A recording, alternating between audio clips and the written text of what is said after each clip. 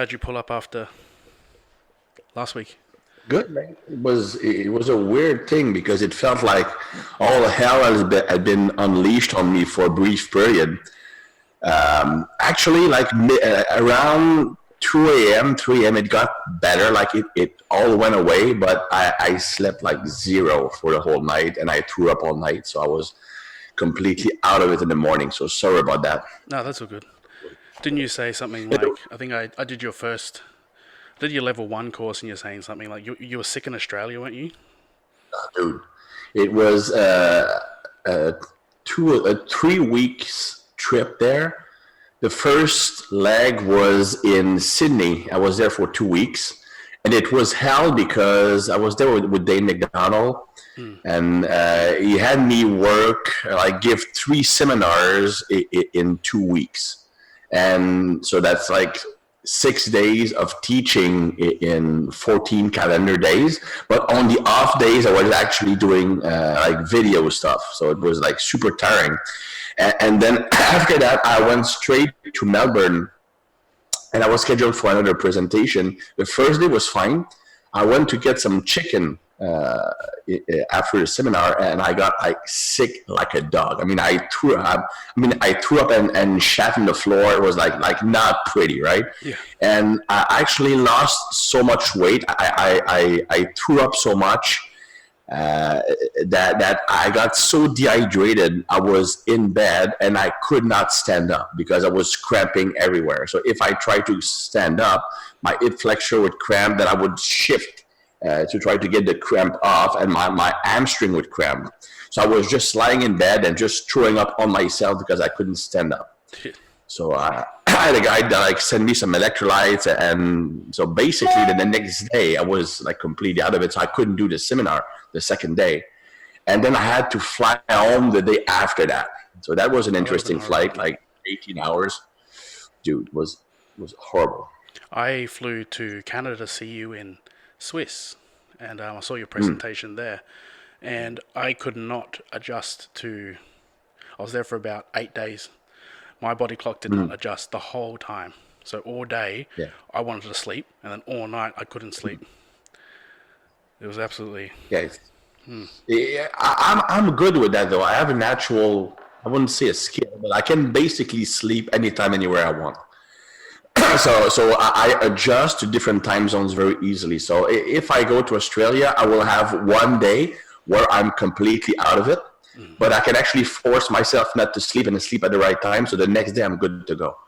But it's always worse. And that's something I've noticed, not just with the long travels like to Australia, but also to Asia, to Europe, is it's always worse off when I travel west. Yes. East.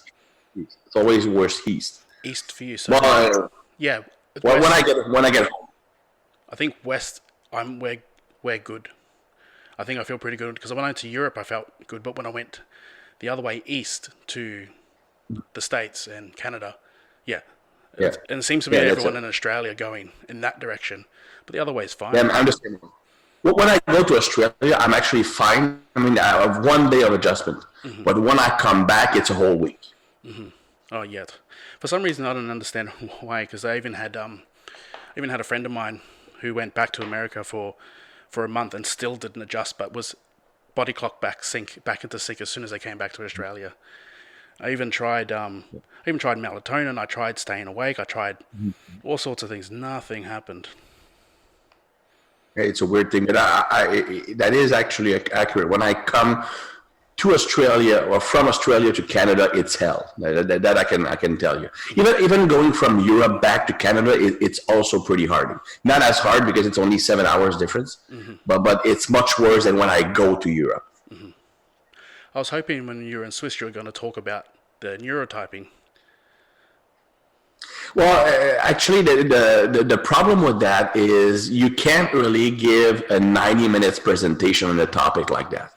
And my biggest problem that I have with Swiss in general, and that's why I normally pick my presentation differently than what most everybody does, is that everybody comes there and like have this grand topic. Like you have a guy like Lauren Goldenberg, who's a good friend of mine, will speak on periodization for hockey players. Well, you can't give a 90-minute speech on how to program a year of training for a hockey player. That doesn't work. Victor Falcar, a good friend of mine, also presentation on anabolic steroids in women, which is a great topic. But it's such a large, pardon? But a huge topic. It's a huge topic. Exactly. You can't cover that in 90 minutes, so it's end up just being generalities. Yeah. So when I pick a topic, I'm gonna. By the way, I know it's late for you, so thanks for doing this at this time. The first one was on loaded stretching. The second one was on peaking, because these are like very precise topic that even though it might not be like a huge topic, at least you get something out of it that can actually be applied. For neurotyping, the best I could do in 90 minutes would be an advertisement. So people will not get anything from it. Unless I pick like one very precise topic, let's say, again, peaking depending on your psychological profile. And I couldn't even go with the neurotyping approach because you would have to introduce what neurotyping is first. So the best I could do would be, you have like 3 different types of athletes, and here is how you peak them for a strength competition, for a bodybuilding competition, for a speed competition. That's the best I could do that situation. But it's that's the limitation of those events. The other problem, of course, being that you have 3 different presenters at the same time, 3 different speakers at the same time. So if you want to see 2 of them, you're kind of fucked. Yeah. So, I found the problem. I think I found the problem that there's 2 or 3 people I want to see at one time. And then I end up picking the one that I end up knowing something about, and it's like, oh, I could have went to that one. Yeah, exactly. But me, like the 2 years I presented, the guy who I wanted to see the most was presenting at the same time as I was. Oh, that's unfortunate. So that's not an issue. I did have a lot of questions about peaking and neurotyping, but maybe for the listeners, I know you can't sum it up in 90 minutes, but maybe you can introduce what neurotyping is, so then we can discuss and people aren't lost. Sure. Well, neurotyping basically, essentially, it comes from something I've always done naturally, which is always adapt the way I train people, interact with them, and the methods I'm using based on their personality. Because I always found that people with different types of personality will respond better to certain type of training. At first, it was mostly a motivational thing. Like, for example, people who are extremely extroverted, like that out there personality that will be in your face all the time, very aggressive. Well, if you put them on a high volume, lower weight training, or give them like a percentage they need to shoot for, but they can't go above that, even if it's easy, that will completely kill their motivation. While other people, on the other end, if I need I want you to do as many reps as possible with that weight. If they don't have an exact number to shoot for, it actually demotivates them or actually cause anxiety. So I learned very early on to tailor my programs as well as my interaction, because at first I don't consider myself a good program designer. I mean, I know how to design program, obviously, but that's not my skill set. My skill set has always been coaching people in the trenches and making adjustments depending on what I'm seeing out of that person today. So the problem is you can't teach that. I mean, you either have it or you don't. And of course, the more experience you have, the better you come at it. So what I wanted to do was try to find a way to systematize what I'm doing instinctively to at least give people the option to know what to do, go from a model and then adapt from there. So I was looking for different options. The first option that I learned from was Charles Poliquin. Charles, of course, being a good friend of mine, or was a good friend of mine, he wrote, we talked a lot, we interacted quite a bit, we presented together. And one article he wrote on T-Nation was called the 5 Elements of Training. The 5 Elements of Training was based on what kind of training should you be doing depending on your Chinese element, which might sound out there, and it kind of is, But when you understand that the Chinese elements are basically just personality profile, it's just psychology. But because it's your metal sign, your fire type, your wood type, people think it's like some crazy voodoo shit, right? But it's not. It's actually just applied psychology with different names. And when I was reading the article, I instinctively knew that there was something to it, because you have people who respond well to volume, others to variation, others to intensity. So I took the course. I started applying the material. Of course, it was based on neurotransmitter profiles, but using the Braverman assessment test. Neurotransmitters, of course, being the hormones of your brain that have an impact on personality and on pretty much everybody function, and your capacity to tolerate stress and stuff like that. The problem is when I applied the Braverman assessment as well as Charles's recommendation, it worked around, I would say, 60% of the time. Like just barely better than a coin toss. And that's because the Braverman assessment is extremely limited in that it does not test for all neurotransmitters, and not even for the most important ones. It doesn't test for adrenaline. Even worse, most of the questions for dopamine dominance are actually adrenaline dominance questions. So because of that, and the fact that Charles's recommendations were based mostly on the elite athletes he's worked with in the past, that it didn't really apply to most people. For example, when you have someone with the fire type that Charles used, which is my type 1A, like the extremely high intensity, extremely outspoken, the elephant in the porcelain store kind of guy, the personality you see a lot in powerlifting. Like, well, according to Charles's model, the fire type has a very high tolerance for lifting and heavy work, which is true. But because of that, his recommendation was doing a high volume of heavy stuff. And I found that just doesn't work with these people. They burn out. I found something very similar, because I looked at Poliquin's work as well with it, and I thought I would fit in the fire type, but then turns out I'm a type 1B. So I didn't quite, I fit some of it, but I didn't fit all of it. Yeah. And so and again, that's because his model did not take into account all of the neurotransmitters. It doesn't give you a clear understanding of what's really going on. Now, the problem, and I actually made mistakes myself when I started out with the original course for the 1A, for example. They are obviously dopamine dominant, which means that they are driven by the need to win, to dominate, to be the best. They have a high self-esteem and so on and so forth. But I thought that it was only because they were sensitive to the action of dopamine. In fact, it's because they just can't break it down. A type 1A, the guy who doesn't sleep, who's basically only has one mode and it's all in or completely shut down.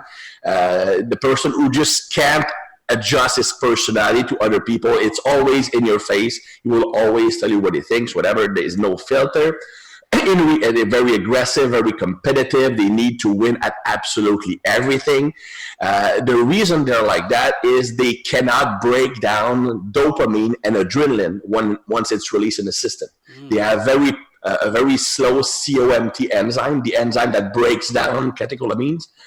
They also have poor methylation. Anyway, for both reasons, once adrenaline is in the system, it will stay on forever, which is why they can't seem to turn themselves off. It's always all out, always all out, always all out, because they're always in that high adrenaline state. And adrenaline makes you competitive, it makes you aggressive, it makes you impatient, it makes you stronger, more powerful, but also less compassionate, less empathetic. So it basically turns you into a war machine. Mm-hmm. And that's why they are the way they are. And that's why, like, most successful executives can be of that profile, because they will be able to work 30 hours per day, or they will be workaholic. They will do whatever it takes to win. Okay, a lot of great competitors, especially in strength and power sports, are of that profile. Mm-hmm. So because they will do whatever it takes to win, but because they are always on high adrenaline, they can actually burn out very easily. Mm-hmm. Okay, and I'm going to backtrack a bit, and that's quite a bit of like sciencey stuff for now. So hopefully people don't fall asleep when they're listening. So I'm trying to make it as clear as possible. The number one problem that people who are training, or especially if they're competing, especially if they need to peak for an event, or even just a regular person who doesn't want to feel like shit all the time, right? The number one problem, what we often call overtraining, what I personally call training burnout, is 9 times out of 10, you are desensitizing or down-regulating the receptors interacting with adrenaline. Essentially, you become non-responsive to your own adrenaline. These are called the beta-adrenergic receptors. So when you stop responding to your own adrenaline, the various tissues in your body that responds to adrenaline to make you stronger, make you faster, make you more motivated, make you more driven, increase your work capacity, that all goes to shit. So if you look at the muscle level, adrenaline increased the contraction strength of the muscle. It increased the muscle tone of the muscle. Like you look at an athlete, when you are in a high adrenaline state, your muscle will feel harder even at rest. That's a defense mechanism, because the body thinks, well, I'm in a dangerous situation. I might need to fight a tiger, right? So I'm going to keep those muscles partially contracted. So if I need to produce force, I will be much closer to a high contraction state. So it will be much faster to get to that strength level. So you increase muscle tone, you increase speed of contraction. So that's what adrenaline does at the muscle side. If you look at the brain, adrenaline increases motivation, increases drive, gives you a sensation, a perception of strength. So you have higher self-esteem, more confidence. So you don't doubt yourself as much. So it puts you in the right mindset to fight a tiger, for example. It also increases coordination from the motor cortex perspective. It makes you more focused. You are more aware of everything that's going on around you. Now, if it's pushed to the extreme, it can actually make you like suffer from paralysis by overanalysis, because you put more importance in every single detail. But for now, at the brain, it just makes you more aware. At the heart level, you also have adrenaline receptors on the heart. And once they are targeted, activated, it makes the heart beat faster, beat stronger. So that sends more blood to the muscle, sending more oxygen to the muscle, so you don't run out of fuel while you're fighting a tiger or running away from a tiger. So that's what adrenaline does to make you stronger, faster, better work capacity, more motivated. So if you stop responding to that because you made your receptors resistant, then strength goes down, speed goes down, muscle tone is low. In fact, one of the main symptoms of someone who is burned out will be a lower muscle tone. Like you wake up in the morning and for some reason your muscles just feel and look smaller than they should be for no reason. Oftentimes it's because your receptors are burned out and you're probably on a downslope when it comes to performance. Now, you will also have recovery issues because the cardiovascular system is not as strong, and your motivation will go down, your coordination will go down. So obviously you can't perform and you feel like shit, okay? So that's what overtraining is. In most cases, it's because you produce too much adrenaline. So if we look at the powerlifter, for example, who's a type 1A, that extremely outspoken, extremely out there personality, like the guy who, like, think of Eddie Hall, the guy who screams before every lift, will bang his head on the wall, like pure 1A, right? So that person is always in that high adrenaline state. It doesn't take him much to get there. And it's hard to get out of that. And the thing is with adrenaline is that it's completely dependent on cortisol level. The more cortisol you produce, the more adrenaline you produce. And if you do more volume, volume is one of the main drivers of cortisol. Okay? We have 6 variables that can increase cortisol in training. 2 of them are more important, the 3 of them. The first one is volume, second one is intensiveness, how close you get to failure, and the third one will be psychological stress from training.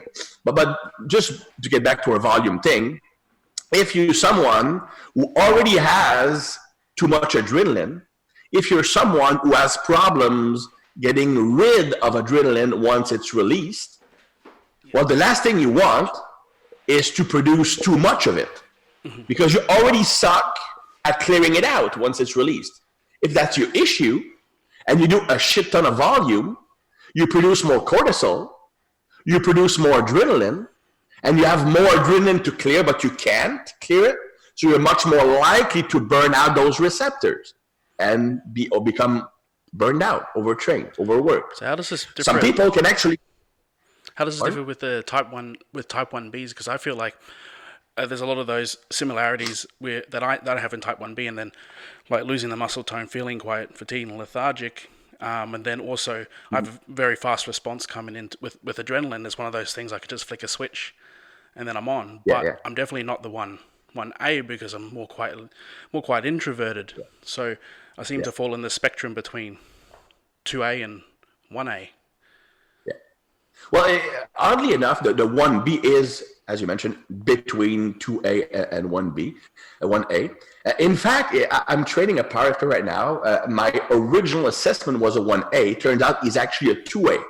Mm-hmm. But the thing is, 2A can be so sensitive to adrenaline. 1B can also be very sensitive to adrenaline. In fact, a 2A and a 1B can be very, very similar. Okay, very small differences depending on their level of stress.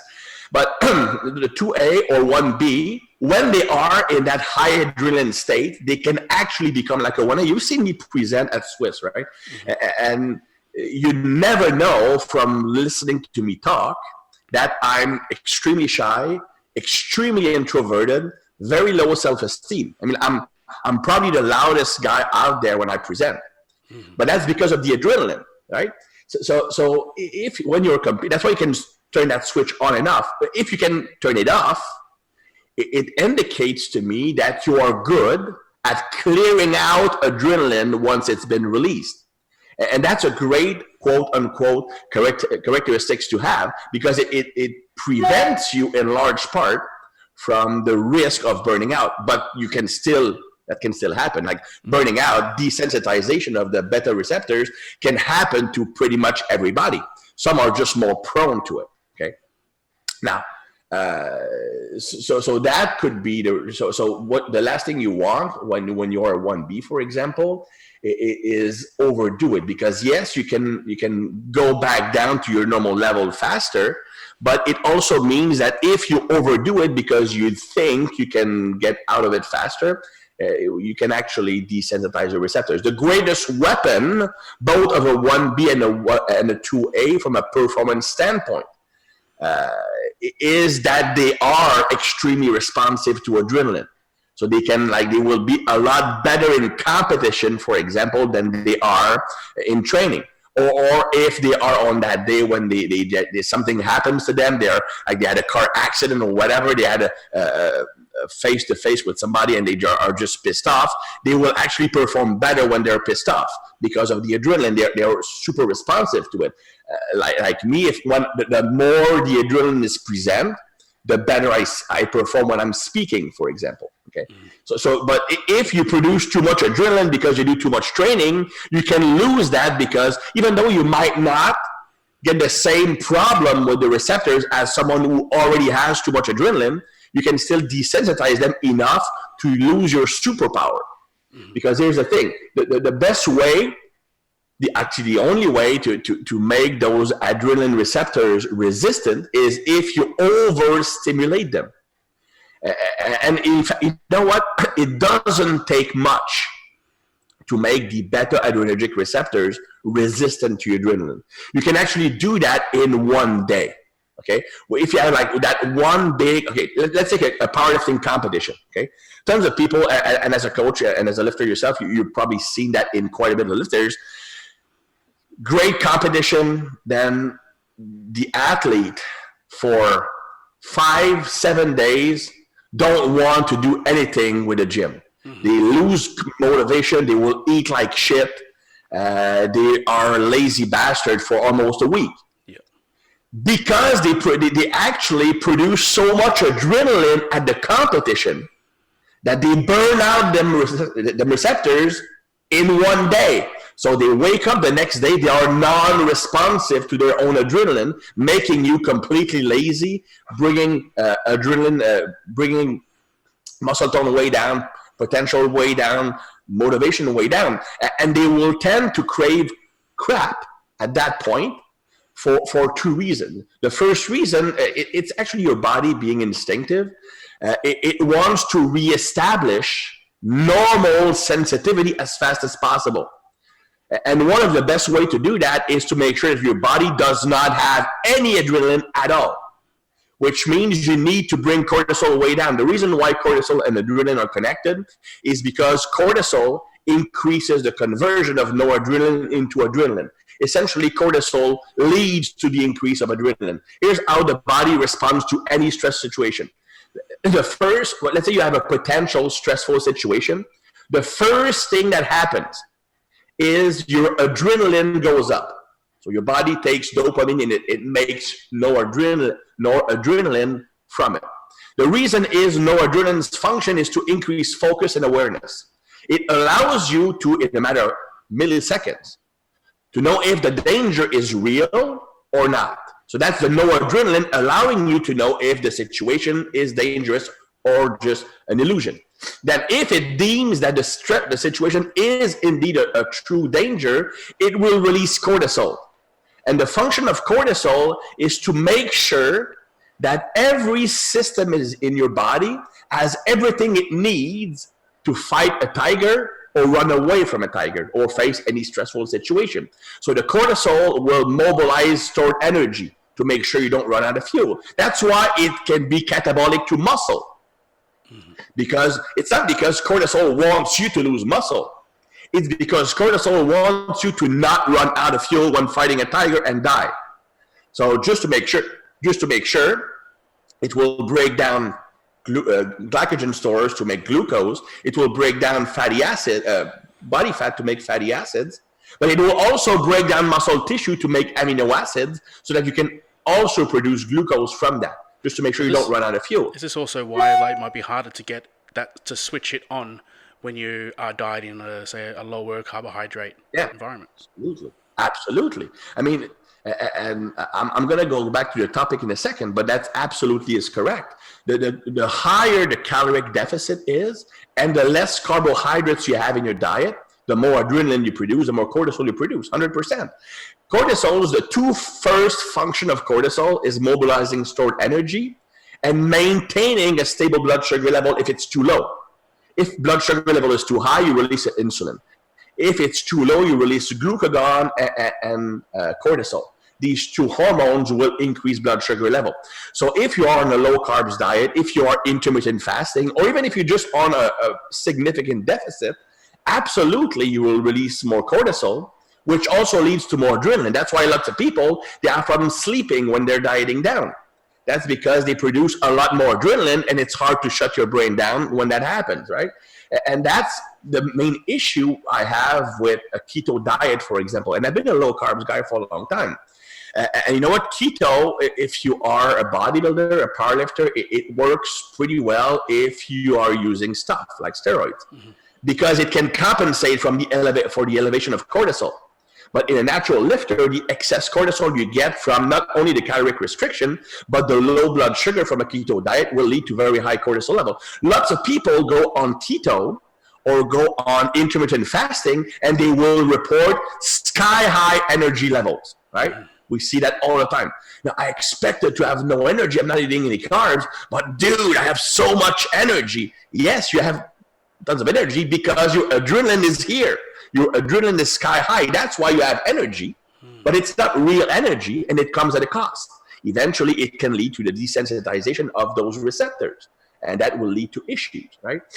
And that's also when you are training an athlete, for example, and let's say you have a powerlifter or any type of athlete, and they need to both peak their performance, but also make weight. That should factor in a lot in how you program, because the purpose of the peaking week is 9 times out of 10 to restore the desensitized receptors.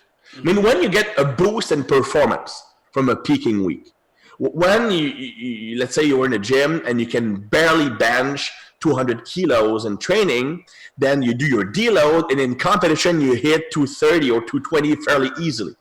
Of course, the adrenaline of the contest helped you. But the reason why you have such a big increase in performance is because when you barely hit 200 in the gym, your receptors were downregulated, they were desensitized from the excess in training. Okay, so when you deload, what do? You decrease training stress. And you decrease training stress by many different ways. You can decrease volume, you can decrease intensity, you can decrease intensiveness, how hard you push your sets. You could decrease frequency, you could decrease, you can increase the rest intervals, you can decrease psychological stress in your training, whatever. You can use all of these tools to get back your sensitivity, because what happens is by decreasing any of those variables, cortisols go way down, which means adrenaline goes way down. Low adrenaline allows you to regain the sensitivity of the receptors. So now you are on competition day. Your receptors are once again super responsive to adrenaline, and you are in a high adrenaline state, the competition. So that's why you get a big boost in performance. It's nothing magical. It's simply that you regain the sensitivity you might have lost during the weeks of hard training. And the thing is that if you're dieting down on top of that to make weight, you produce a lot more adrenaline, like you mentioned, in training. So by producing more adrenaline, you can more easily desensitize your receptors. That's why personally, and of course that's the ideal situation. The person should be well within their weight class 1 week before. Like before you start the peaking process, you need to be at your weight. People cut it way too short. They're too close to the contest. And that comes down to planning. Let's say your competition is in 10 weeks. Don't see it as I have 10 weeks to lose the weight. And especially because people will wait the last minute to drop the weight, the last 3 or 4 weeks. The problem is if you have to cut weight, when you are deloading, you are losing a lot of the benefits of the deload. Yes, you're producing less adrenaline because you're cutting down on training, but you are increasing it on the back end by reducing calories, especially if you have to cut your carbs to make weight. So, of course, it's much smarter to have that date, the date you need to make weight is 1 week before the contest. So now you can do a regular maintenance diet when you are deloading, which will help you resensitize your receptors. So this is where it'll be a problem if you're like constantly dieting and doing massive water cuts and right to just to make the weight, you're not regaining those sensitivities again. Correct. It's very hard. But then again, you have to question first the person's choice of weight class. Also, for example, let's say you are competing in, you want to compete in the 90 kilos and you're 110, 115. Mate, you probably are just way too heavy in training for your weight class. Sure, you can make weight if you have drastic measures, but you will never perform at your best. So that's why I think it's much smarter to stay within your striking distance. And it's fine to put weight on. I mean, I'm training a guy, and we went up to 125 because from his body type, his levers, he is built to be a good 120 lifter. He would be a shitty 100 or 110 lifter because his limbs are way too long. He needs to fill out. So there's a point where maybe like at 125, he was not like super lean, but it's the first step to work into that weight class. So, and the Russians were pretty good with that, with Olympic weightlifting, in deciding from the start, based on body type, based on genetics, your best weight class would be X. So in weightlifting, for example, your best weight class would be 105. Your best weight class would be 94. And your whole training career was built on optimizing performance within that weight class. So they never allowed the athlete to gain too much weight. They stayed leaner in the process, so they never had to make those drastic weight cuts. And I think that a lot of people, and it's fine. I mean, if you just want to be as strong as possible and do a powerlifting contest on the side to test yourself, then by all means, gain as much weight as you want, because it's absolutely true that being bigger will get you stronger, just from a leverage perspective. And that's one thing that people don't realize. And that's something I do, by the way. I jump from one topic to the other. So sorry for your listeners, but maybe they will get something out of it. Okay. Because the issue of body weight, because we're talking about peaking for a competition, and of course, weight loss is an issue because it increases adrenaline, which can decrease performance. But there's another issue here, because weight loss itself, even if it's not muscle loss, will decrease your strength, especially in the bench press, and somewhat in the squat, not that much in the deadlift.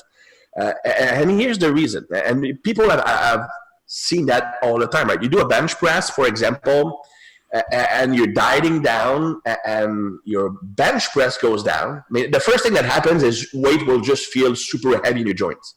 You're still bench pressing at 220, but your joint, you feel it all in your joints. It's like you're not a well-oiled machine anymore. And eventually, you can barely get that 220. Then you can only get 210, whatever. But surprisingly, all your assistance exercises are staying up.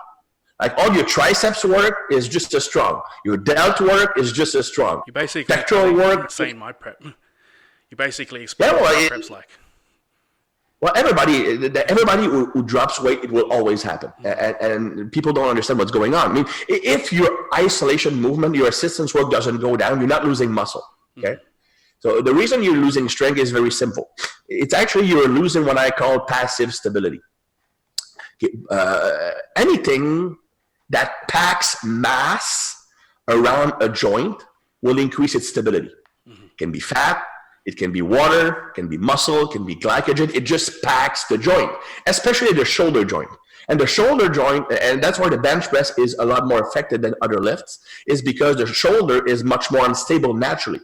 So the more passive stability, the more tissue you have around that joint, increasing intra-joint pressure, because it all, like the skin will pack all of that in together like a balloon that you're ballooning up. So there will be pressure inwards because of all that tissue here, right? So when you're dropping weight, even it could be water, could be fat, could be intramuscular glycogen, anything but muscle, you're still relieving a lot of that pressure. By relieving that pressure, the joint becomes less stable. Now, if the joint is less stable, especially the shoulder joint, the body does not feel safe anymore. And the body, if it feels that you might potentially get an injury, it will not allow you to use your strength, your full strength potential. What's really funny that you say that, I have an athlete, she has the biggest bench press in Australia. So she took Bev Francis's bench press record that was held for like 35 years, and she got 157.5 kilos. Nice. And she was sitting at near 100 kilos when she hit it. It came down, then we brought it back up, and we rebroke it again at 161. Now she's lost about 10 kilos, and it's just two things happen. Her last best bench press session was 130, and the second rep was a grind. And the other thing too, she's lost shoulder mobility as well. Yeah. When we're expecting it to. Yeah, because the body feels unsafe. Okay, if you don't have passive stability, the body will instinctively try to compensate by creating active stability, by contracting, by keeping all those muscles that can stabilize the shoulder joint contracted, to not allow you that excess range of motion. And I have a similar story. In fact, it's probably even more drastic, and it illustrates the fact really easily. When I was at my strongest on the bench press, I was hitting 200 at like 97 body weight. And I was bench pressing twice a week. And on that Wednesday, I hit a triple with 190. Solid. So on Friday, my next session was on Saturday. On Friday, my wife and I, we take a long hot tub, like in a jacuzzi, like 2 or 3 hours. We didn't do anything crazy. I mean, we're married, so we don't have sex anymore. So that was like pretty So pretty easy day. We didn't drink, we don't do drugs. But afterwards, I went straight to bed because I was tired. The next morning, workout, I was feeling great mentally. Dude, I fell with 160. And then I weighed myself, and I was a full 5 kilos lighter because of water loss. I mean, I didn't lose even 1 ounce of muscle. But just the fact that I lost water because of the hot bath, my joints were less stable, and my body did not allow me to handle those big weights. Now, the deadlift won't be as affected because it's mostly a pelvic area thing, which is much more stable than the shoulder. The squat will be a little bit more affected because there will be more knee flexion involved than in a deadlift, and the knee is a bit more unstable than the hip, but still more stable than the shoulder. So that's why the squat is a bit more affected. The bench press will be the most affected. Military press will be a close second, and the squatting patterns will be third. So you can actually lose strength without losing any muscle at all. And that's one thing you need to consider, even when you're trying to make weight simply by losing water, because it will negatively impact your bench press. Now, the bet you're making is, well, the adrenaline from the competition will be able to compensate from the drop in active and passive stability, which will allow me to still be strong. So that's the bet you're making. It doesn't always work, especially if you make yourself resistant to adrenaline. Now, the strategy I use to try to prevent that, I mean, for example, powerlifter I worked with, he had a 20 kilo drop in body weight in 6 weeks, and his bench press stayed the same. Yeah, he had 0 drop in performance. The reason is that a large portion of his training is eccentric and isometric training. So for me, eccentric training could be very slow eccentric. So for example, you're bench pressing and you're lowering the weight in 6 seconds, for example. That's phase number 1 with the normal weight. And I also do a lot of weight releasers work. So the strength hooks that you put on the bar, allowing you to overload the eccentric. So you can put like 40 kilos more during the eccentric and you lower that in 6 seconds. So they become very, very, very strong eccentrically. I have a bobsleigh athlete. His best squat is 270 kilos, Olympic squat, full squat, no belt, no nothing. So it's 270. And he can lower slowly under control. He can lower 330 all the way down in 6 seconds for 3 reps. So that's super strong. Same thing, we do a lot of isometric work. So we will do bench press, for example, 3 pauses on the way down. Sometimes even pauses on the way up when we are deloading. So that forces them to use less weight. But the thing is that both the slow eccentrics and the eccentrics overload, as well as the isometric pauses, increase your capacity, your body's capacity to have active stability. Now, I don't like that like crazy like stability work, doing rotator cuff work. That shit doesn't work. No, not for strong people. I mean, you also have like unstable lifting, which also doesn't transfer well to regular lifting. But if you're increasing, you're focusing on the eccentric and you're adding pauses, you are improving automatically your capacity to stabilize the joint for different reasons. First, during an isometric action, okay, you have a greater activation of the synergist and antagonist muscles. And the purpose of that is to increase stability, to fix the joint where you're doing that pause. But that actually trains over time your capacity to create that stability. So when you're lifting, you can do it. Same thing with eccentrics. Eccentrics, you are better controlling the weight. But how many people actually never see their weak points or their technical flaws because they're going down too fast? Because speed can compensate for weakness. So by forcing yourself to go down, you will see the weaker points and you can strengthen them more easily. Okay. Furthermore, the eccentrics will strengthen the tendons much more than anything else. Mm-hmm. And if your tendons are stronger, if your tendons are thicker, the body feels safer. There's less chance of injuring your tendons if they're stronger. So even if you lose some passive stability, the risk of injury, if you build those tendons up, is not as high. So it will allow you to use a greater percentage of your strength. Also, and you can relate to that, when you have that drop in body weight, as I mentioned earlier, the first thing that happens is the bar feels heavy in your hands. You feel it in your joint, and it's always worse in the eccentric than the concentric, always. I've seen that myself. It happened to me. It's always the lowering of the weight that's the hardest. It hurts. It feels bad. Then when you try to lift it, pardon? Sucks in the bench press. Exactly.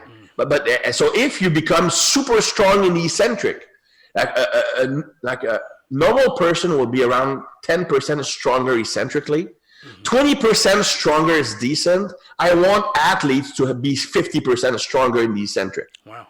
Especially if you have that body weight drop. Because now, even if you lose that stability, since you have so much room during the eccentric, it doesn't feel like shit anymore. See what I mean?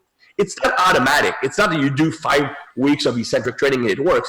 When I train athletes for strength, I use the same system. Of course, depending on their neurotype, their personality, I will change the volume, I will change the intensity, the methods. But we have 3 whole body workouts. So we have the 3 lifts. With a bobsleigh athlete, I don't deadlift. I do power cleans or power snatches, but it's still a hinge. With powerlifter, we do squat, bench, deadlift. At first, they have a horrible time adapting because it's such a demanding workout. But after 6 weeks, they're fully adapted. The cool thing now is that the competitions are a breeze because that's how you used to train. Lots of guys in Europe and Ukraine, Russia, that's how they train. Olympic weightlifter, that's how they train. You can work up to that gradually. The Norwegian, that's how they train. And once a week, we emphasize the eccentric. Once a week, we emphasize isometrics by adding pauses. And once a week, it's just regular lifting. And we had a 4th workout, and most of the bodybuilding stuff is on that 4th workout. So it would be all low stress exercises, triceps work, hamstrings work, glutes work, upper back work, but very low stress exercise and not heavy, just for building muscle mass. So that's how I train athletes for performance. I mean, you guys don't have to use that, but it's just to illustrate that we train the 3 types of contraction year round. And it's always periodized. I mean, for example, we periodize the eccentric, we periodize the isometric, we periodize the concentric. It's pretty easy to program a peaking cycle, 12-week cycle for concentric, for regular lifting. Like, depending on your mentality, you could start with slightly higher reps and you gradually lower your reps while you're increasing the weight. Some will use other methods like clusters, like wave loading, stuff like that. But for the eccentric, that's what we do. For eccentric, the first 4 weeks, it's slow eccentric. The second 4 weeks, we will be faster eccentric with more weight with the weight releasers. It would be, for example, let me backtrack. The first 4 weeks, it's just regular slow eccentrics during your lifting. The second 4 weeks, we add the strength hooks, weight releaser on the bar. We don't have that much weight, maybe 10, 15 kilos per side. And we do a very slow eccentric, 6 seconds with the added weight. So the weight on the bar could be, for example, 80%. And then you might have 10, 15% more on the bar with the strength hooks. So when during the eccentric, you have more weight, and you do the concentric with less weight, and you put the weight releasers back on for the next rep. Then the last 4 weeks, it will be a large eccentric overload. But now the speed is faster. So it will be a regular eccentric, like 3 seconds down, but with a lot more weight on the bar, like maybe 20, 30% more. So you have a total of about 110, 120 on the bar. Of course, with advanced athletes, we actually go up to 150. But that's just something we build up over time. But it just to show that we are gradually working up to that. Same thing with isometrics. The first 4 weeks, we will have 3 pauses during the eccentric. So 3 seconds pauses. So you could, for example, lower the bar 3 inches on the bench, pause 3 seconds. Lower mid-range, 3 seconds. Lower 1 inch from the chest, or 2 centimeters from the chest, 3 seconds, then to the chest and lift the bar up.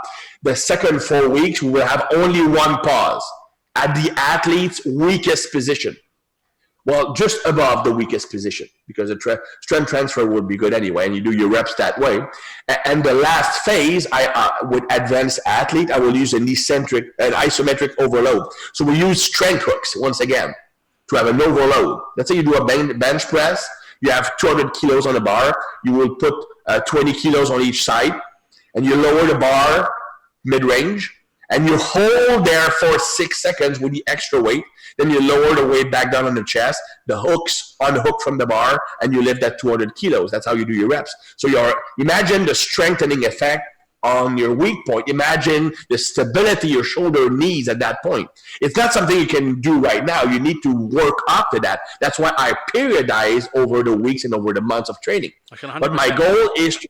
I can 100% imagine the amount of stability that will be created, because I do that for people who have inability to maintain their stability at the bottom of the bench press. Yeah. So we'll pause just before they touch their chest, and then finish a set, and they tend to stay learn to stay much tighter. Absolutely. I mean, and it's instinctive, because first, an isometric, as I mentioned earlier, it increases the activation of the antagonist and synergist. So automatically, you're more stable, automatically. Second, it's much easier to focus on body position and muscle activation when you don't have to move.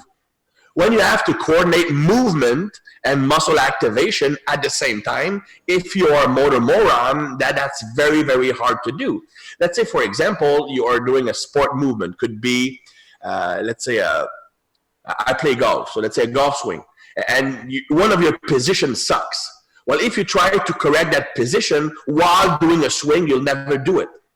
You need to just spend time in that position, just hold it there to tell your body this is how it should feel. Well, the pauses, in fact, the athlete, they need to be intellectually involved when they do their bench press and they're pausing 2 centimeters from the chest. They need to be intellectually involved in what's going on in their body.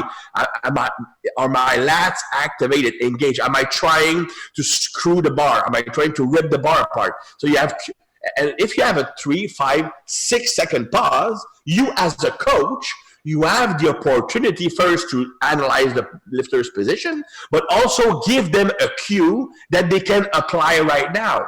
I think there's nothing worse than giving a lifter a cue while they are doing the rep. So let's say they're squatting and they already started their squat, and you tell them, push your knees out. First of all, push your knees out is not a good cue, but you get the idea. Yeah. Or screw your feet into the floor. When they already are moving, it will just confuse the heck out of it. It will completely, you can give the cue before they're lifting, not when they started lifting. But when you are doing an isometric, you can actually give them a cue while they're holding the weight, which makes the correction much easier. And it will tell them what they need to focus on. So it's a great motor learning tool, isometrics are. So it will also increase stability, but I actually build that in the programming, especially if an athlete, I know they will have to lose weight to make their weight class, because I know from a fact that they will lose passive stability. You can't not lose passive stability if you're losing weight. It will always happen. Now, some people will not be affected performance-wise because they have that active stability that can compensate for that.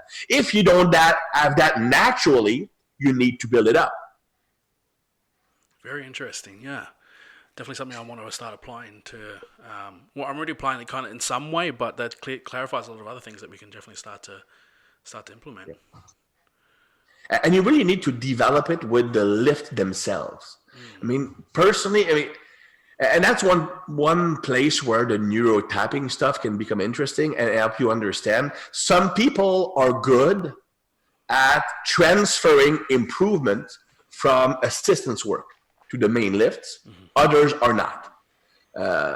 Like someone with high acetylcholine level. Acetylcholine is the neurotransmitter responsible for motor learning. So those who learn skills very easily, have good memory, and can also control their adrenaline fairly easily, they normally have high acetylcholine level. The higher your acetylcholine level is, the better you will be at transferring gains from one skill to the other. Because what acetylcholine does is, first of all, it speeds up the transfer, the action of the neurons. So basically, it makes everything in your brain work better. Acetylcholine does.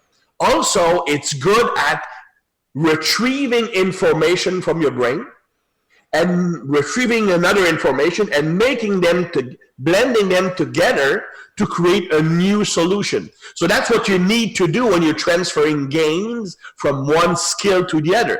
Let's say you've trained front squats for your whole cycle. Well, when you get to back squatting, well, you want those gains to transfer. So some people are naturally good at doing that. Some people aren't.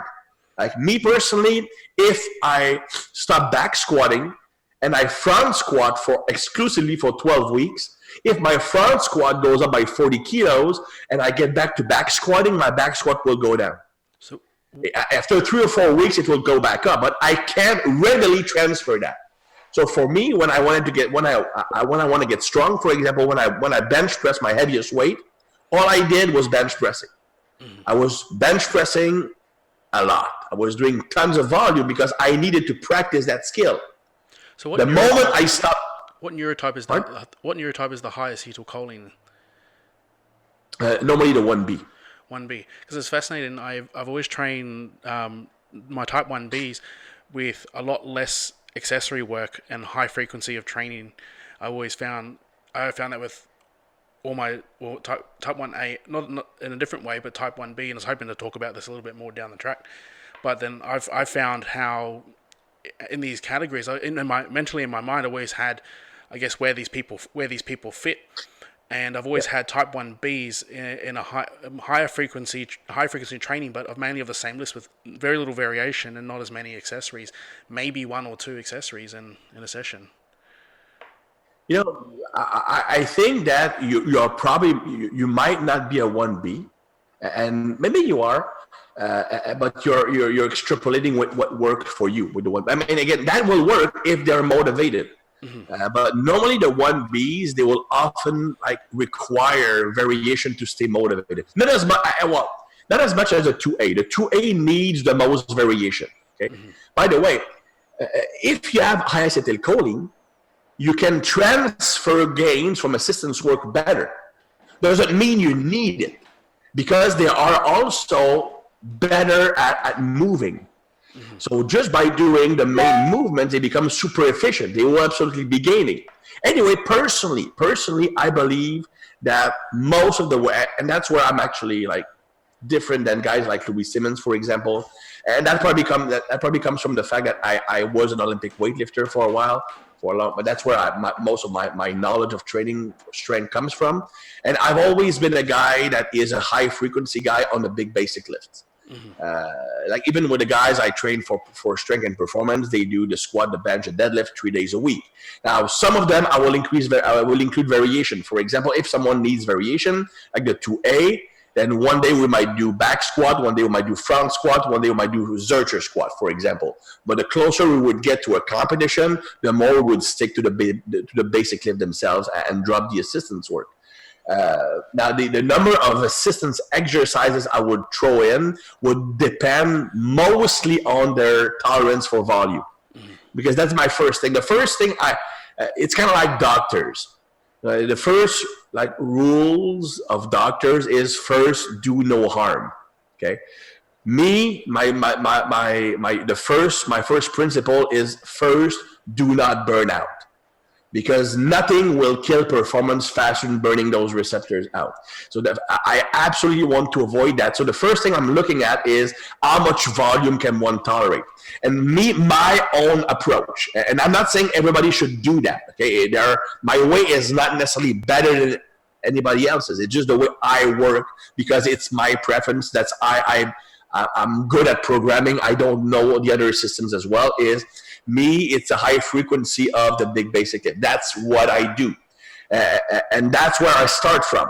So I want to find out first, is the lifter capable of doing a squat, bench, deadlift, or a squat, bench, power snatch 3 days a week? You can. So now it's a matter of how much volume should I use for each lift. And then from that point on, can they tolerate assistance work? For example, one of the bobsled guy I'm working. One is a 1B, one is a 1A. Both are pretty much the same strength level. They both can squat 270, which is pretty good for a non-lifting athlete. I mean, we're talking like Olympic, like high bar squat for a guy weighing like 97 to 98. So that's decent strength. So they can both squat 270. They can both deadlift 300. Their bench press sucks because we don't spend as much time. So it's like 150, 160. They can all power clean 160, 165. They can power snatch 130, which is decent. The 1A, and they both run fast. The 1A, he does 3 exercises per workout. That's it, 3 days a week. He cannot do more than that. The moment he does more, his speed goes way down. It doesn't take long. Again, because speed will go away before strength. So that's a better gauge to see if the person is overtrained or not. The 1B, we can do the 3 basic lifts and 2 assistance exercise per workout. And we add a 4th workout where we do more assistance work. He recovers really well from that. So my goal is finding the amount of work you can perform. So that's always, to me, more important than finding out, do you need more assistance work? I want to find out, can you tolerate more assistance work? If you can't tolerate assistance work because you can't tolerate the volume, to me it's pointless to find out which is the best assistance exercise. What I will do is I will maybe substitute one of the main lift with an assistance lift that will emphasize the person's weakness, for example. But it's me, I'm all about volume management. Because if you burn your receptors out, you can't perform regardless of how good your program is at fixing your weaknesses. One question I had before when we talked about peaking, and I found different strategies with peaking different types of people. So my story with this is that I decided to take a bit more of a team-based training where I wrote 3 or 4 different programs and put people into various profiles.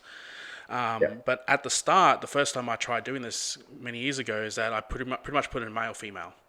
Because they were both in a similar way responded similarly, but there were obviously some variation between each individual.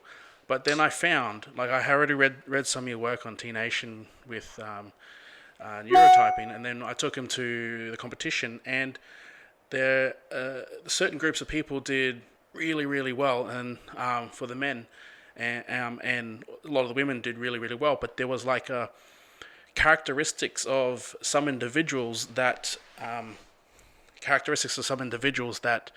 had like, so some of the men that had certain characteristics would have responded better to being on the second type that the females did, and some of the females that were usually showed to be more stronger naturally would have done better on what I put on with the guys.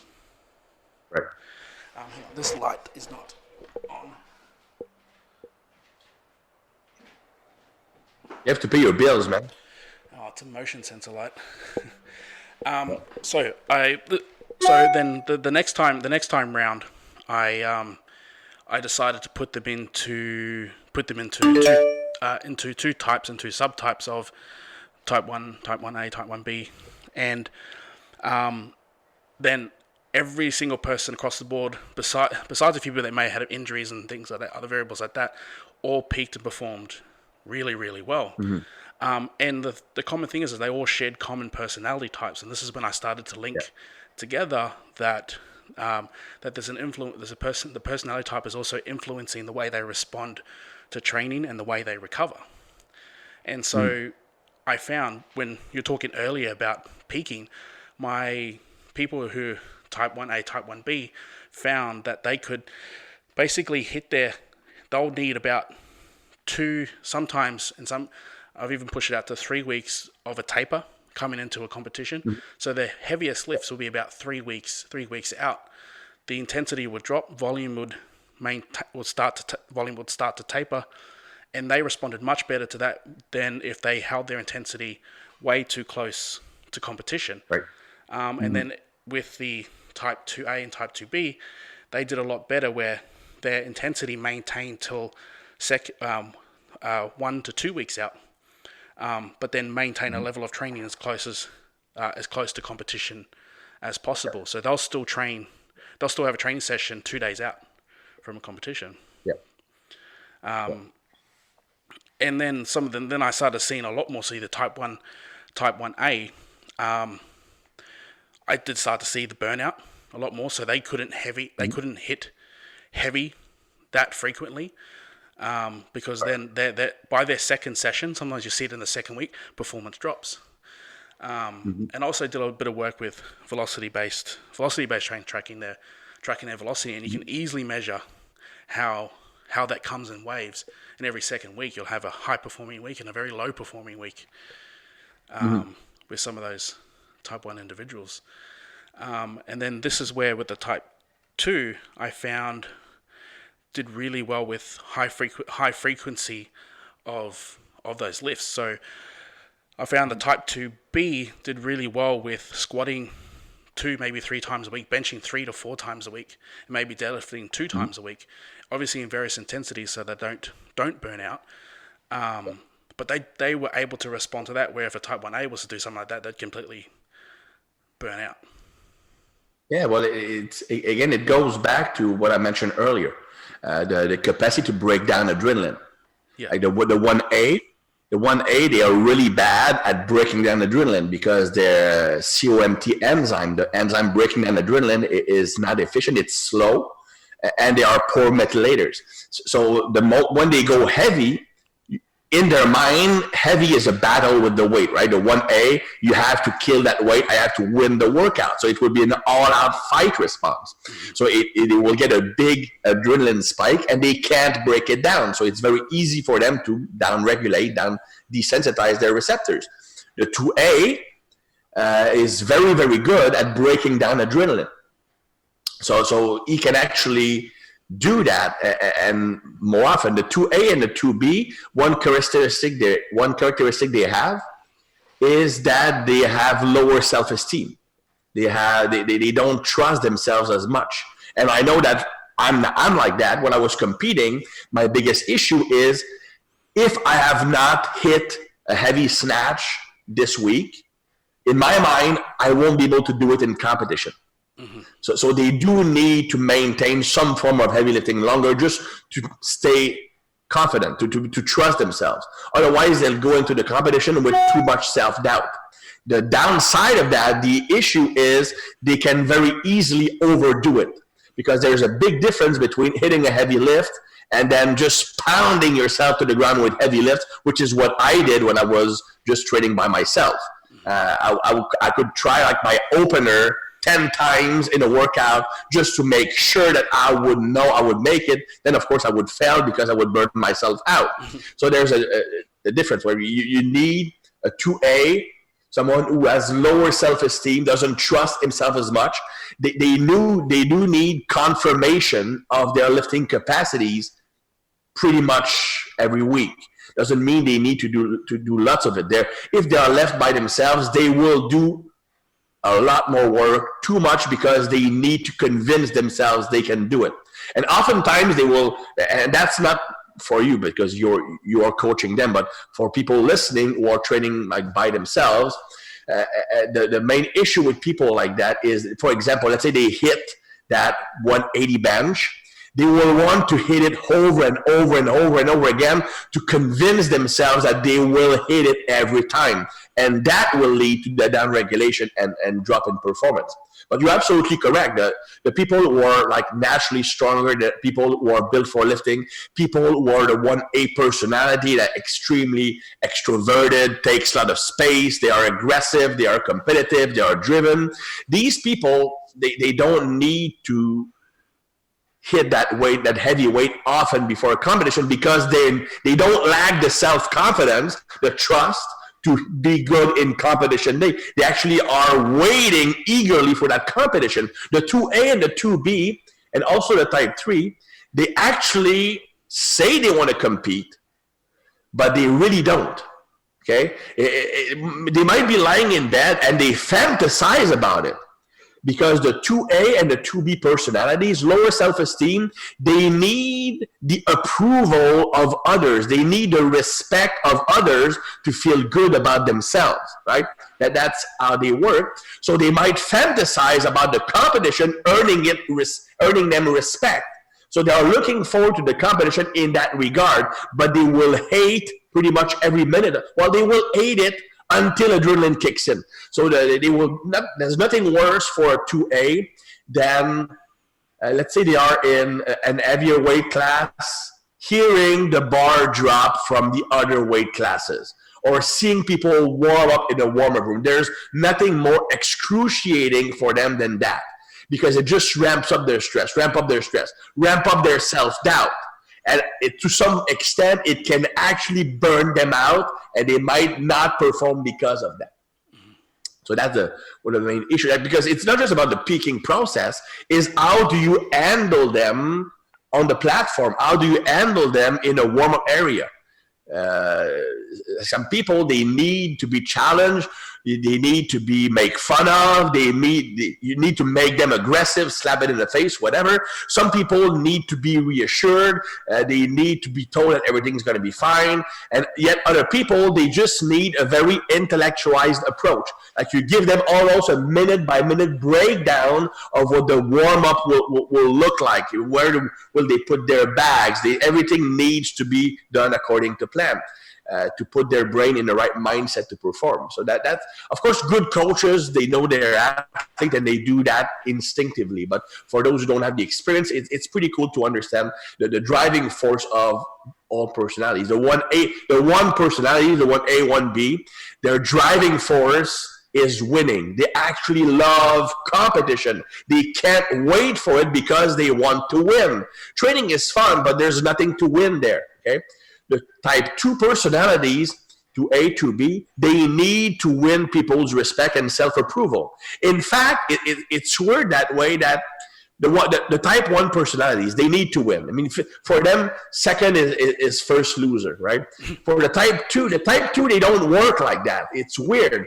Oftentimes, the best position for a type 2 to be in is second, because second is good enough to earn them respect, but they will feel like the number 1 is happy and they contributed to making that person happy. I always wanted to finish second. When I was fantasize about like competition either in bodybuilding or weightlifting, I finished second, which is kind of weird. I mean, they are actually satisfied finishing second or third if they see it as good enough to earn them respect from the other lifters. And they want people to like them. The type 1A, they don't care if you like them. In fact, they probably hate it when you like them. The best example of a type 1A personality being Donald Trump. I mean, that's a typical 1A, like zero care about what other people think of him, and he will do his own thing. So 1A are like, not that extreme, but they're like that. The 2A and 2B, they need to be liked by everybody. There's nothing worse for them that when someone doesn't like them. So in fact, winning, oftentimes, like everybody hates the winner because they wanted to win. And the type 3 is like the accounted superstructure, paralysis by overanalysis. And he's all about the process much more so than the actual result. Mm-hmm. It's funny how you say that a lot of this is instinctual, and like when you're explaining that type 2B, it seems like you're just explaining there's one person, one of my persons on the team, I feel she doesn't want to do powerlifting, but she'll still come in every single day to train to ensure that she can make it to the platform. But I always get that vibe she just does not want to do it. You will actually have more women falling in that category because of estrogen. The neurotransmitter that is more dominant in the 2B personality is called glutamate.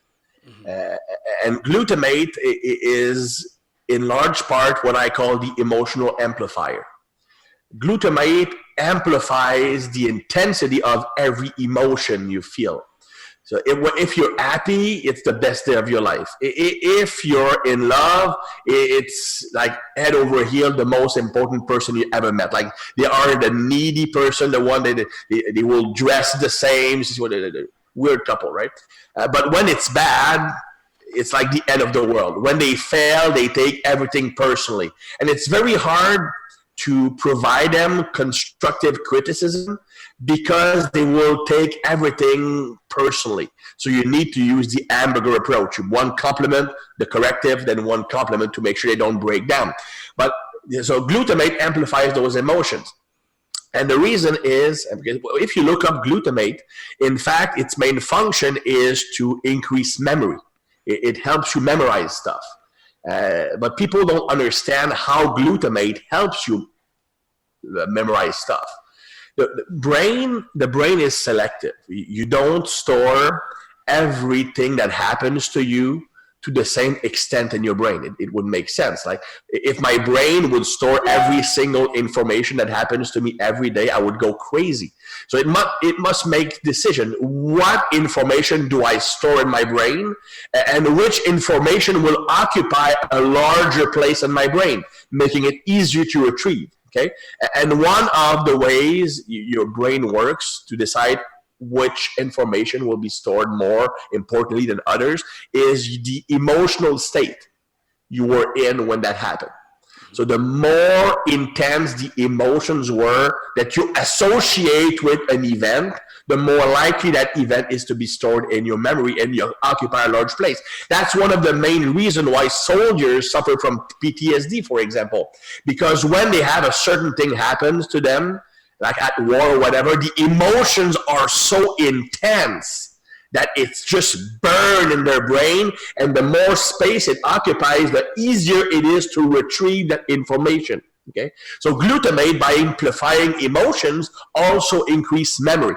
Okay, and the thing is, the more glutamate you have, the more those memories will have an emotional component. So you actually are storing these memories with the emotional load of that memory. So the moment you had like one bad lifting experience or one bad life experience, every time something like that happens to you, you take that memory out with the emotion, amplifying the emotions you are already living. So anyway, to get back to the women, estrogen increases glutamate activity. So that's why women tend to be more emotional than men. I say tend because they're always, like to quote to paraphrase Jordan Peterson, like women tend to be more agreeable, they tend to be more emotional, whereas men tend to be more disagreeable, less empathetic, more competitive.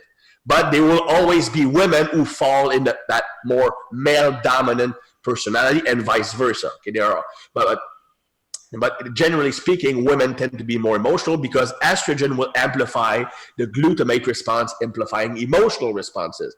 But here's the thing: stress will also amplify glutamate.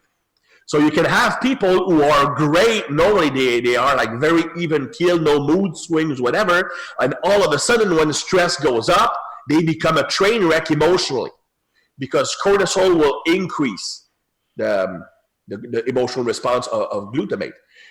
So if you have a woman that already is more responsive to glutamate because of estrogen, and the higher the estrogen is in the woman, the more glutamate will be sensitive. So you have women with very high estrogen, more lower body fat, for example, which is a good sign, tend to have more water retention, bigger breasts normally, they have a higher estrogen level. They will also be more emotional because more estrogen means more glutamate activation. But you put that person in a high stress situation, while the emotions become even more intense for the good and the bad. I mean, if everything is good, they will be good.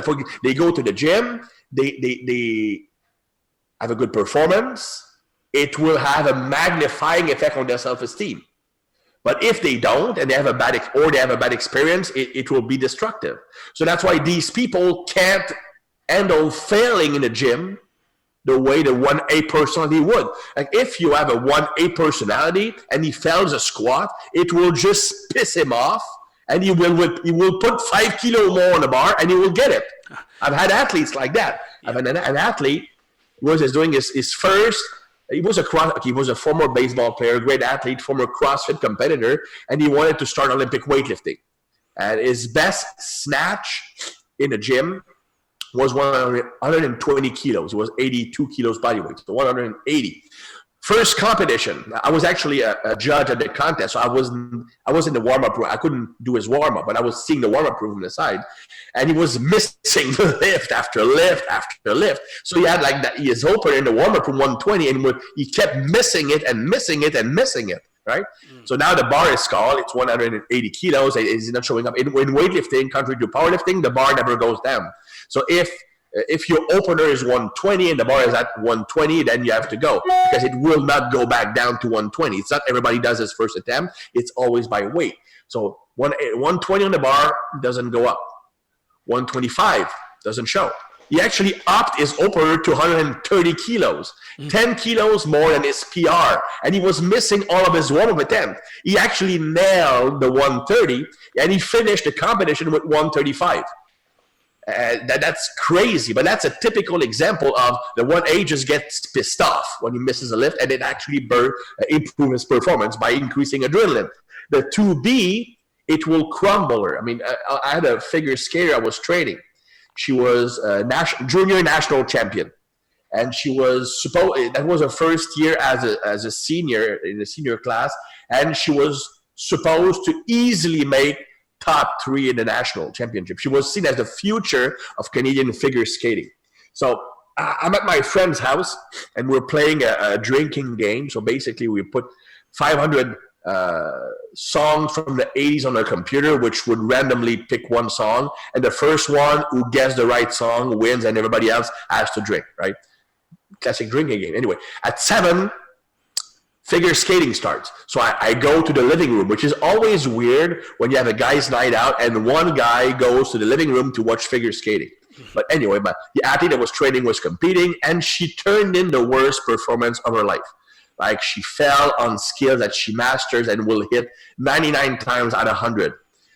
So the next week, we are in the gym, and I say jokingly, well, we're going to work on stability and abdominals because some people here fall a little bit too often.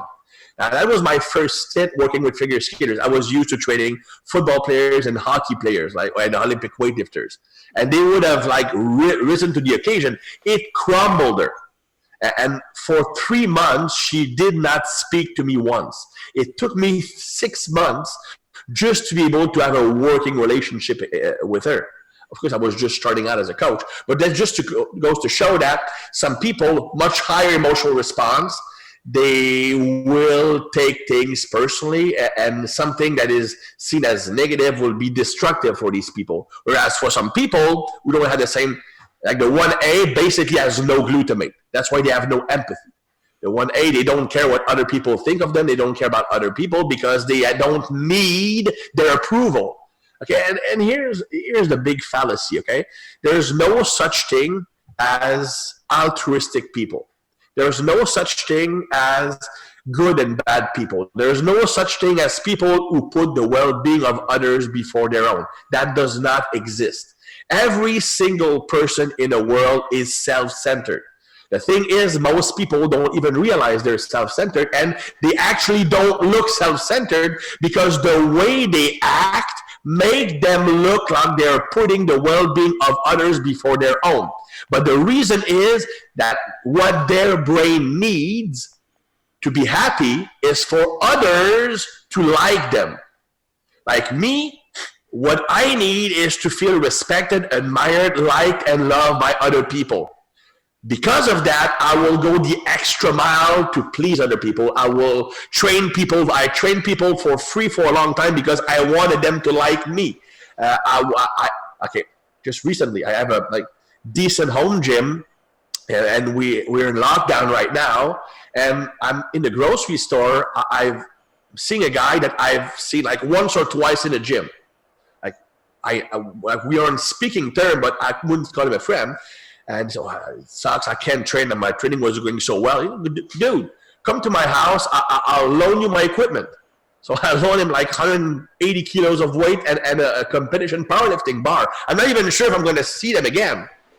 Not because I'm a good guy, but because in my mind, if he likes me, it makes me feel good. So me, I'm also self-centered. But what I need to feel happy is for others to like me. So the way I act to get what I want make me look like a good guy. But I'm no different than Donald Trump. It's just that our brain needs different things. But everybody will always act in their own self-interest to give their brain what they need, what it needs to be happy. It sounds like some of the stuff that I've heard from, I think his name is Jordan Peterson. His name is? Yeah, that's exactly. Jordan is one of my greatest inspiration. I mean, the guy is super smart. Of course, he's Canadian too, but I agree 100% with everything he's saying. The guy is just super smart. Yeah, I love what he said. Where someone asked him about if people, is it better for people to follow the common good of what the group is, for say something like to address climate change, or should people look after should look after themselves? And he was about looking after themselves, because everything is still is really just to please everyone else, and because that's what the culture is. That's what the culture is doing. The culture is trying to address climate change. I mean, of course, we should be addressing climate change, but the motivation behind people was that it makes you look good. Exactly. Everyone's doing 100% correct. It's the same thing. Like if you look at virtue signaling, right? Like something we see on the internet all the time. Virtue signaling is actually associated with a narcissistic personality. Mm-hmm. They are signaling on the internet that they like. It's called virtuous victim signaling. So they want to show you that I'm oppressed and I'm a good person and I want to, like, I'm a social justice warrior or whatever. But in reality, you are not doing that to help other people or a cause. It's to make yourself look good. It's the same thing when you look at these, like, and I don't want to get too political here because I don't want to be banned from Facebook or lose 50,000 fans. But if you look at in the US at the Black Lives Matter protests, yes, 80% of those people are white. I mean, when's the last time you've been oppressed? Yeah. And even then, and that's something that you will have a successful black business owner speak out against Black Lives Matter, and you will have 20-year-old white kids still living with their parents call them racist. Mm-hmm. I mean, how stupid is that? Yeah. I mean, that doesn't make sense. But that's exactly it, because they want. It's something they're doing to make themselves, in their mind, be respected or liked by a certain group of people. The group of people that at the moment is seen as the group you need to please. Okay? So if at the moment the anti-racism, the anti-climate change or whatever is the in quote unquote crowd to be in, and you need to be seen as part of that group or being respected for that group, you will act in a way to earn the respect. But it's not for a cause. It's not to make the world a better place. It's really not. It's to make you feel better about yourself 100% of the time.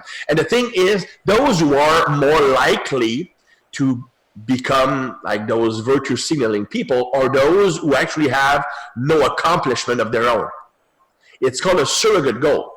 When you are not contributing anything valuable to society, if you don't have a passion, if you don't have something that sets you apart and validates you as a human being, you will be looking for a surrogate goal, something that will give you that validation. Like, for example, let's say you're a world champion powerlifter. That gives you validation. If you are a world-class coach and you're known by thousands of people, that gives you validation. If you have a family and wonderful kids and a good job, it gives you validation as a human being. But if you don't have any of that, you will desperately look for something that makes you feel good about yourself, a surrogate goal. So that's why most of these guys who are in those protests are 19, 20, 21-year-old with no jobs and still living with their parents, because they have not yet achieved a goal worthy of feeling good as a human being. I'm not saying they will not achieve that. I'm not saying they're worthless. They just don't have the experience yet to have achieved that thing. So they are. That's why throughout the ages, throughout the ages. You go back to the French Revolution, you go back to any big change, and it's always the youth that starts the revolution. It's always the youth that takes the street. Why? Simply because they don't yet have built something that makes them feel validated as a human being. And it's not because they're no good, it's because they didn't have the time yet to do it.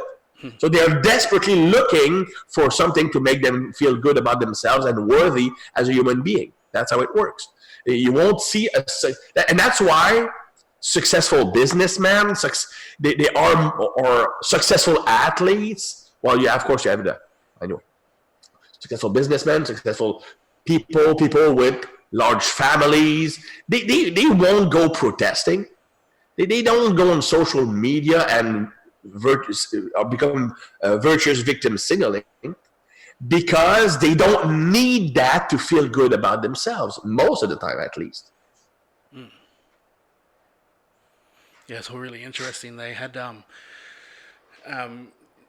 it pretty much spread everywhere, because even here in Brisbane and Sydney and Melbourne, there were huge protests on Black Lives Matter, and it was during just the midst of lockdown. Like, I mean, the COVID cases were still going out, it was still building up, and it just seems to be, I don't know, their agenda with that was just seemed to be more superior than trying to get out of lockdown. Or yeah, that's in the U.S. In Canada, we didn't have, well, even in Canada, but there was this big thing where you have lockdown orders.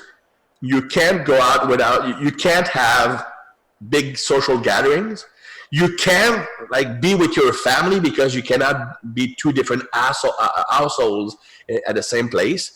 You can't have seminars, because I canceled many of them. Yet you can have 10,000 people in the street marching for Black Lives Matter.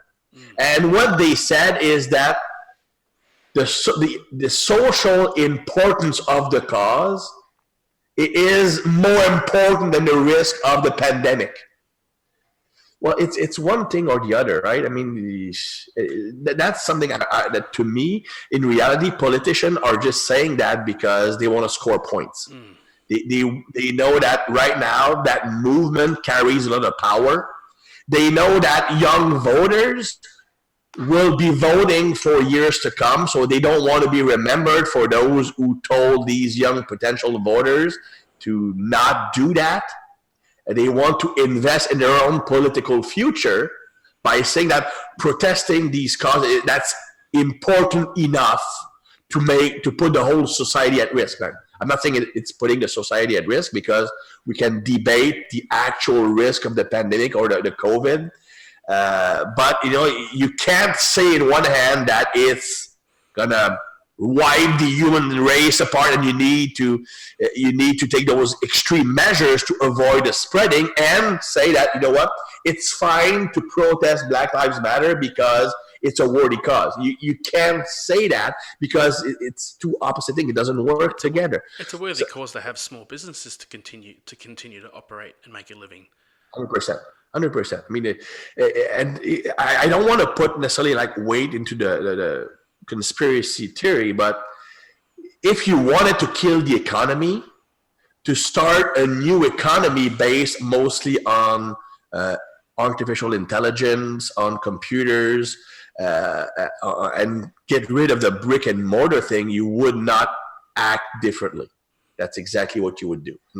That's not what I'm saying is happening, but to me, I mean, for the actual risk of the virus, the measures being taken, and even the World Health Organization has come out and say that a lockdown is not a good way to deal with the virus.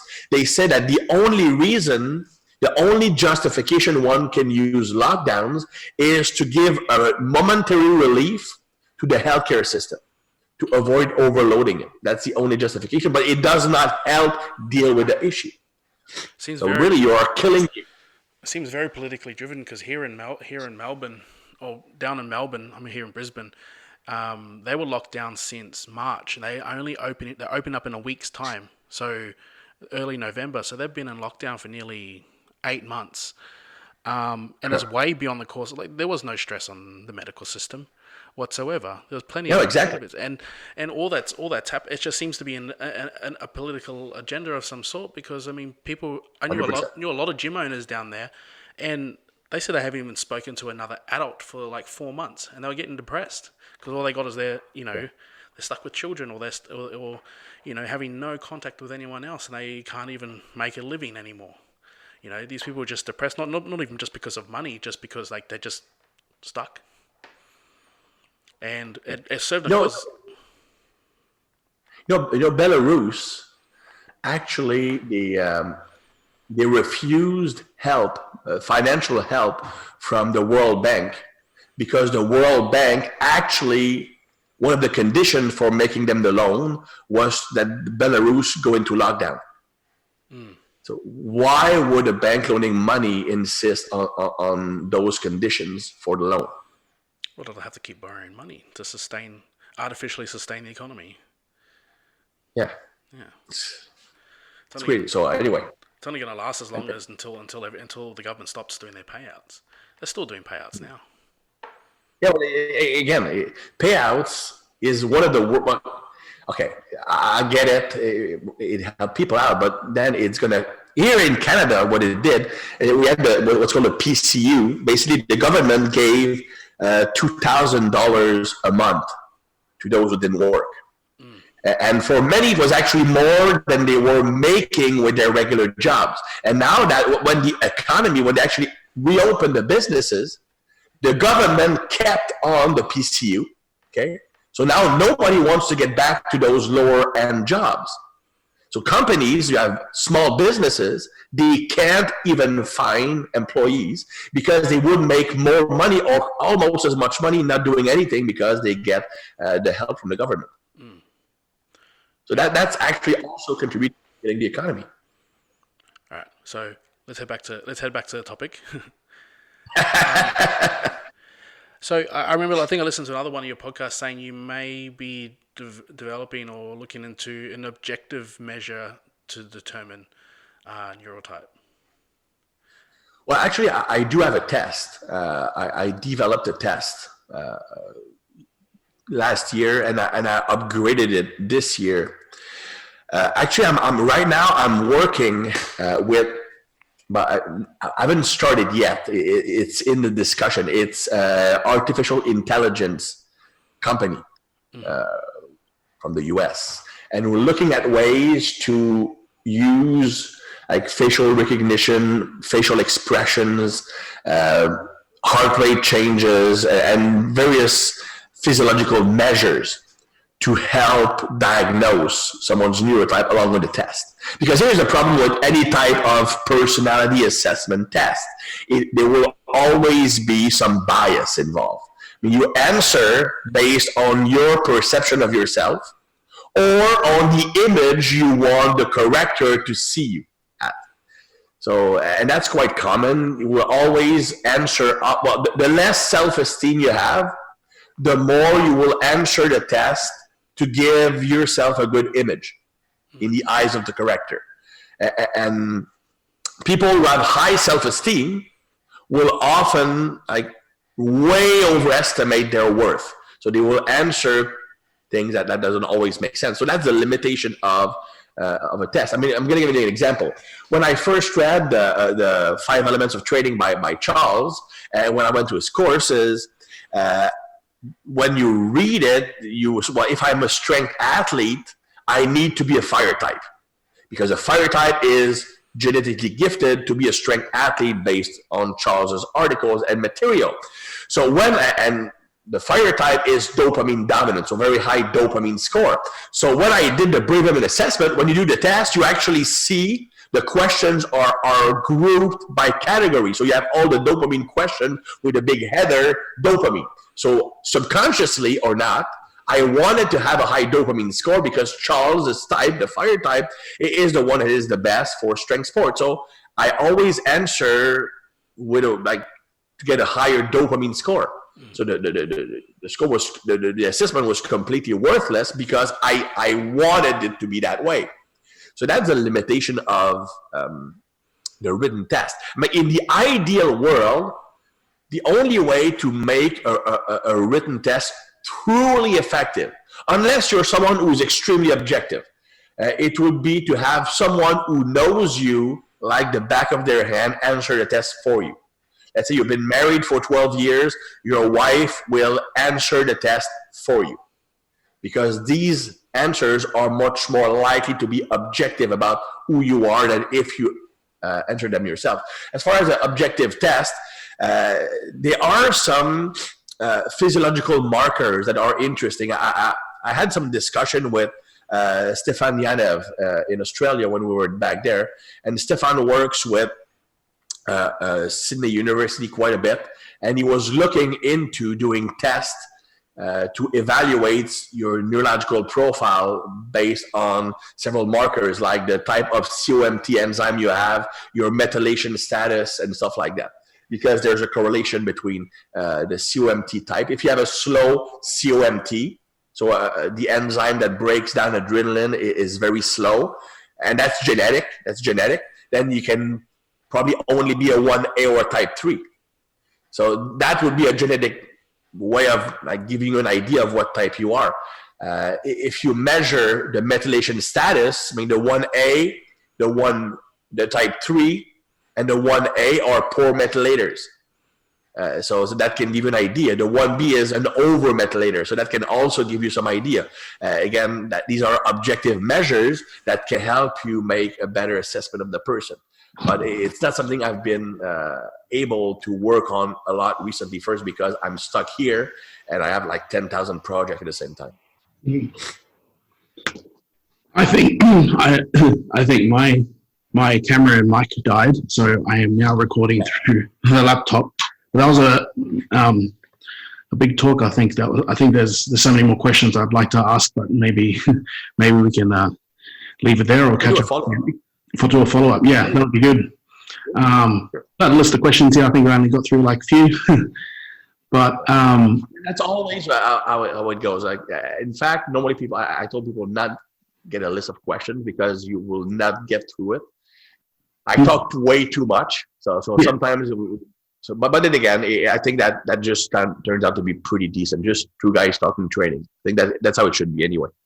Yeah, and 40% politics. There you go. Well, if you want to like be polarizing and get some traction, talk politics, religion, or nutrition. These are the three topics that will get you the most hate and the most love. But anyway, it's just attention. It's attention. Yeah. All right. Well, thank you for your time, and hopefully we'll do a follow up and go through this a little bit more. So, anytime, right. Just reach out, and you can. I mean, we're in lockdown again here, so I don't have anything else to do. Okay, cool. Maybe we'll follow up in a few weeks or something. Absolutely. All right. Thank you. Great. All right. Bye.